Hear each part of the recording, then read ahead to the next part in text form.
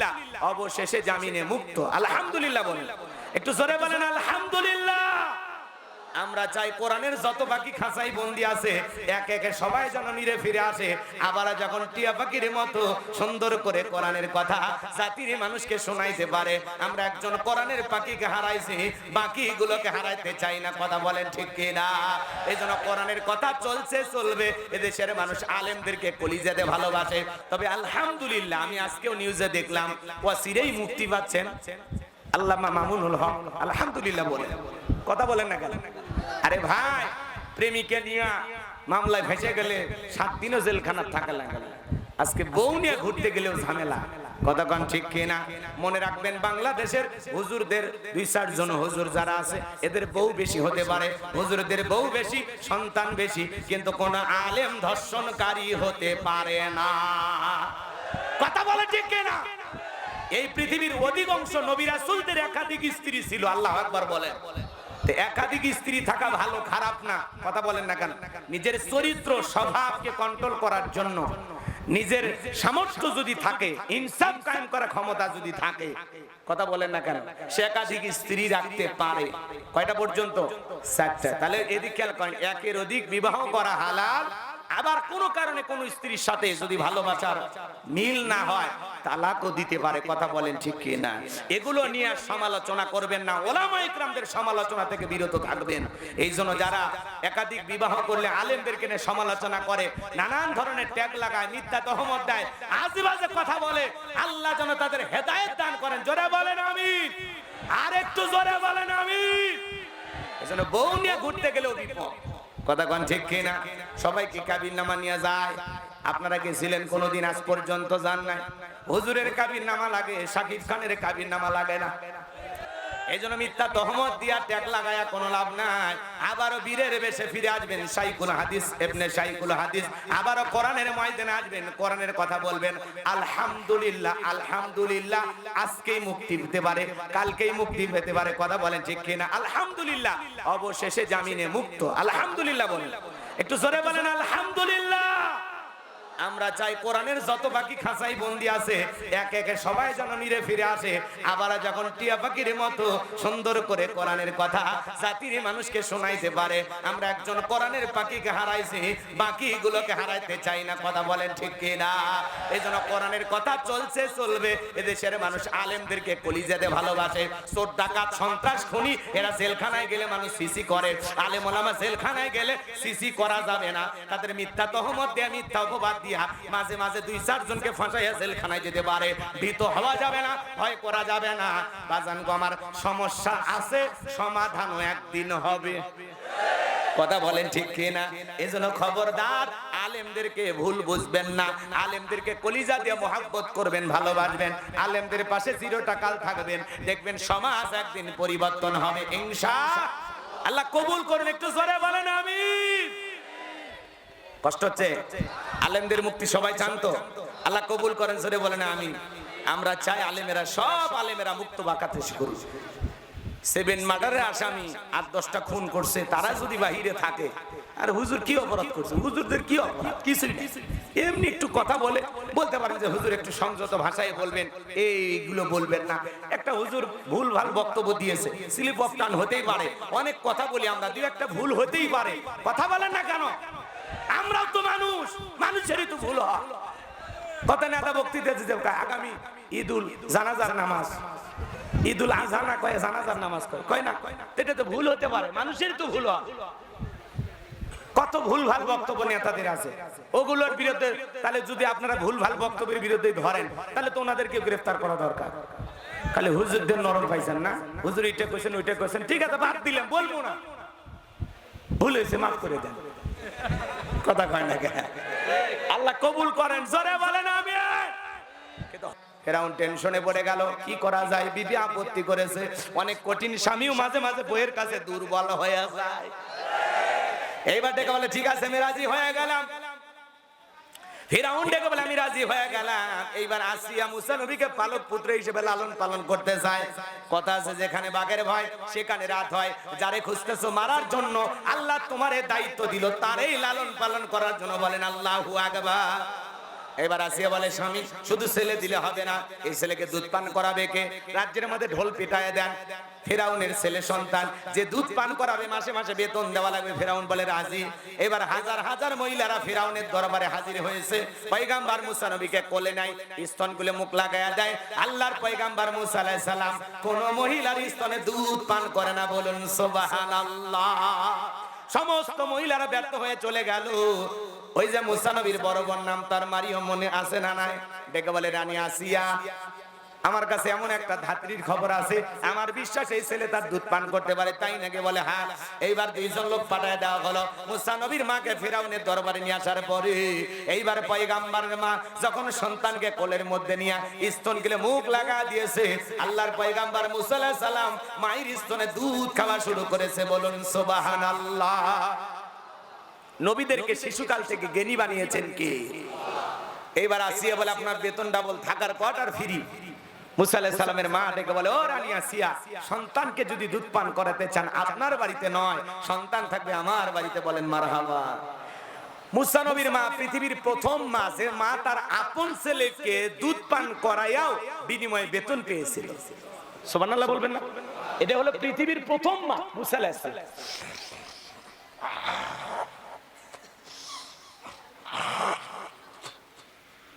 আজকালকার মা বোনেরা তো অবাক।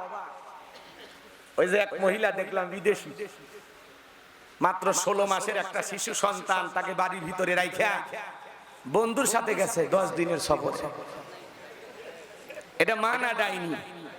মা যে কত পাষণ্ড হতে পারে আজকালকের এই ঘটনাগুলো দেখে বোঝা যায়। কথা বলেন ঠিক কিনা? যে মা তার দুধের সন্তানকে রেখে পরকীয়া প্রেম করে, যে মা তার দুধের বাচ্চাকে রেখে আর একটা ছেলের হাত ধরে ভেগে যেতে পারে, এরা মা না, এরা মা জাতির কলঙ্ক। এরা নারী হওয়া না হওয়া সমান ছিল। সন্তান জন্ম দিয়া রুমের ভিতরে বন্ধ করে রেখে মা চলে গেছে। 10 দিন ঘুরে আসে দেখে শিশু বাচ্চা আহারে খাবার না পেয়ে ওই জায়গায় মরে পড়ে আছে। আজকে মা কত নিঠুর হয়ে গেছে, মা কত পাষাণ হয়ে গেছে। আগেকার মা বোনেরা সন্তানের মুখের দিকে তাকায় আর সব ভুলে যাইত, হাজারো কষ্ট নির্যাতন মেনে নিত। আর এখনকার মা বোনেরা কয় বাচ্চা হয়েছে দেখে কি মনে করছে আমার আর বিয়ে হবে না, তোর সন্তান তোরে বুঝাইয়া দি, আমি আর একটা ধরবো, খালি ছেড়ে দে। কি অহংকার, কি রূপের বড়াই! কথা বলেন না কেন আপনারা? খারাপ লাগতেছে না? 2টা বাচ্চা ফেলায়, 1টা বাচ্চা ফেলায়, 4টা বাচ্চা ফেলায়, কেমনি আর একটা পুরুষের হাত ধরে ভেগে যা। কথা বলেন না কেন? আল্লাহ যেন এই সমস্ত নারীদের হেদায়েত দান করেন। একটু জোরে বলেন আমিন। আর একটু জোরে বলেন আমিন। মাদেরকে অনুরোধ করি, মা আপনারা মা, ধৈর্য আল্লাহ অনেক দিয়েছে আপনাদেরকে। সংসার করবেন সবর করে, ধৈর্য ধারণ করে। ধৈর্য কম ধরবেন, এক স্বামী ফেলায় আর এক স্বামী ধরবেন, পরে আফসোস করবেন। কথা কয় না কেন? সবর করবেন, ধৈর্য ধারণ করবেন, আল্লাহর রেজাল্ট দেবে, ফলাফল দেবে। কথা বলে ঠিক কিনা? এত উৎপাত কইরেন না, পরে বলবেন দুনিয়ার সব পুরুষ এক, চেনা শেষ, সব পুরুষ এক। আগেরটা কি করছে? কথা কয় না কেন? এজন্য বাজান গো আমার, আবার দেখবেন আপনার সাথে 19-20 হয়ে গেলে বলবে আগেরটাই ভালো ছিল। ভালো ছিল তো সারি আসলি কেন? কথা কোন ঠিক কিনা? এই জন্য নানান ধরনের পরকীয়া, আর আজকে পরকীয়া প্রেমের কারণে বাংলাদেশের অধিকাংশ পরিবারগুলো আজকে ধ্বংস হয়ে যাচ্ছে। আমার সোনার দেশটা খাইছে রে পরকীয়া প্রেমে, আমার বাংলাদেশটা খাইলো রে পরকীয়া প্রেমে। চিন্তা করেন চাচি যদি ভাতিজার হাত ধরে যায়, এর সাথে লজ্জার আছে? কথা কয় না? এরকম ঘটনা ঘটতেছে না? ভাগিনার হাত ধরে মামি ভেগে যাচ্ছে, চাচি ভাতিজার হাত ধরে ভেগে যাচ্ছে, আছে না নাই? এমন কি নাতি বউ দাদার হাত ধরে ভেগে যাচ্ছে। লজ্জা শরম যাচ্ছে কোন দিকে? আজকে কেন জানি মহিলারা বয়স্ক স্বামী পছন্দ করে, আছে না নাই? কিসের জন্য আল্লাহ ভালো জানে, টাকার জন্য। কথা কন ঠিক কিনা? অনেক যুবক বলে আরে জীবনে কি করলাম, মোস্তাকের মতো বয়স্ক মানুষ, তিশার মতো বউ বাই করলাম, ওর টাকা আছে তোর তো টাকা নাই, তোর পকেট খালি, আসবে না কোনো শালি। কথা কন ঠিক কিনা? যুবকেরা রে, নিজেকে গড়ো, নিজের ক্যারিয়ার গড়ো, ভবিষ্যৎ করো, ইনকাম করো, ভালো কাজ করো, টাকা ইনকাম করো, ওরকম হাজারো মহিলার মা বাবা তোমার বাড়ির দুয়ারে লাইন দিবে জামাই বানানোর জন্য। আগে নিজেকে করো, পারবা তো ইনশাআল্লাহ, আল্লাহ কবুল করেন, জোরে বলেন আমিন। পরিশ্রম করো, কঠোর পরিশ্রম করো। সামনের দিকে যাই বাজান গো আমার, অনেক কথা বলার আছে, বলতে গেলে সময় লাগবে, যে কথা বলতে চাচ্ছিলাম। এইবার বাজান গো আমার দুধ পান করানো শেষ হয়ে গেল। এইবার মুসা নবীকে আসিয়ার কোলে তুলে দেওয়া হলো। এইবার আসিয়া মুসা নবীকে নিয়ে আদর যত্ন করে। একদিন রাগান্বিত হইয়া স্বামী ফিরাউনকে দিয়ে বলে, সন্তানটাকে একটু কোলে নাও, মানুষ দেখলে মনে করবে ছেলে না, ছেলে তোমার না, একটু ধরো কোলে নাও। দেখবেন মা বোনেরা যখন মাঝে মাঝে বিরক্ত হয়, রাগান্বিত হয়ে স্বামীর কোলে সন্তান দেখবে, ধরো সামলাও, কথা কয় না কেন? বাচ্চা কাচ্চা কান্নাকাটি করলে বলে না, ধরো সামলাও, বাপু যেমন খারাপ হয়েছে একটা তেমনি খারাপ, বাপু হারামি, আমার পেট থেকে হয়েছে ডবল হারামি। বলে বাপের কিচ্ছু ছাড়ে না, আছে না নাই? মানে সন্তান খারাপ হলে সব তোর বাপের, আর ভালো হলে বলে মা যে ভালো, আছে না নাই? ভালো হলে সব গুণ মায়ের, আর খারাপ হলে সব তোর বাপের, এরকম মহিলাও আছে না নাই? বাজান গো, গাইবান্ধার মা বোনেরা ভালো, এরা জান্নাত থেকে বেলে আসছে, এরা স্বামীকে কোনো কিছু বলে না, কথা কয় না। চলেন, এলাকার মা বোনের বদনাম করলে আবার বুঝেন না, চলেন সামনের দিকে যাই। যে কথা বলতে চাচ্ছিলাম গভীর মনোযোগ দিয়ে শোনেন। এইবার ফিরাউন মুসা নবীকে কোলের মধ্যে নিয়া, কি সুন্দর চেহারা, মায়ে লাগছে কাফের হওয়ার পরে একটু সুমা খাওয়ার নিয়তে ঠোঁটটা বাড়াইছে। আল্লাহর পয়গম্বর মুসা আলাইহিস সালাম কসি হাত দিয়া এমন একটা থাপ্পড় গালের মধ্যে লাগায় দিয়েছে, ফিরাউন চিৎকার মেরে উঠছে। আশেপাশের লোকজন দৌড়ে আসে, বলে নেতা এত জোরে চিৎকার মেলেন, ব্যাপারটা কি? ছেলে যে থাপ্পড় মারছে এই কথা বললে কি ইজ্জত থাকে? বলে আমার বাড়ি, আমি চিল্লাইছি, আমি তোদেরকে ডাকছি, যা আমার চোখের সামনে থেকে তারা সরিয়ে যা। ওদেরকে তাড়িয়ে দেওয়ার পরে আসিয়াকে ডেকে বলে, আসিয়া আয় আয়, তাড়াতাড়ি আয়। আসিয়া বলে, সারের মতো চিল্লাও কে? কই চিল্লাবো না, এর চোখে মুখে যে আগুন দেখছে, আসিয়া রে এ মুসা সারা কেউ না, তরবারি আন, জবাই করি, পথের শত্রুটা দূর করি। আসিয়া বলে, ছেলে কি করেছে? বলে ছেলে আমার গালে থাপ্পড় মেরেছে। আসিয়া বলে, ঢং করা জায়গা পাও না, এই ছোট মানুষ কোনোদিন তোমার গালে থাপ্পড় মারতে পারে? ফিরাউন ডেকে বলে, বিবি রে কেমনে তোরে বুঝাবো, গাল তো তোর ছিল না, গাল ছিল আমার। মজা কি আমি টের পাইছি, এর থাপ্পড়ের ওজন বুঝা দেই, ভবিষ্যতে মুসা হবে। জোরে বলেন মারহাবা। লম্বা ইতিহাস একটু কাটসাট করে দিয়ে যায়। মুসা নবীর বয়স হয়ে গেছে এবার 25 বছর। কয় বছর? 25 বছরের টকবকে যুবক। তাকায় দেখেন কিপ্তের বনি ইসরাইলের মধ্যে লাগছে ঝগড়া। কিপ্তে হলো ফিরাউনের লোক। এবার মুসা আলাইহিস সালাম যায় দেখে বলে, এ ফিরাউনের লোক, সব জায়গায় নেতার গরম দেখাস, দেখে না কিছু ছেলেবেলা আছে, আমার চিনিস, আমি অমুক না তার আপন খালাতো বোন, তার ছোট মেয়ে বিয়ে করেছি, কি হাইব্রিড পরিচয়। ছোট খাটো একটা পথ পেলে ওর মাথা গরম হয়ে যায়, কথা কন না কেন? ওর গরম এলাকায় থাকা যায় না, ফেলে দেবো, দেখে নেবো, খালাস করবো, টুকরো টুকরো করবো, কি হুমকি ধুমকি। আল্লাহ যদি 3 বার বমি দেওয়ার পিছনে দরজা একবার ঢিল করে দেয়, দাঁড়িয়ে থাকতে পারবো না, রংপুর মেডিকেল কলেজ হাসপাতালে ভর্তি হওয়া লাগবে, কথা বলে ঠিক কিনা? বাড়া ভালো, বেশি বাড়া ভালো না, আল্লাহ ছাড় দেয় কিন্তু ছেড়ে দেয় না, কথা বলে ঠিক কিনা? রাগ করতেছেন?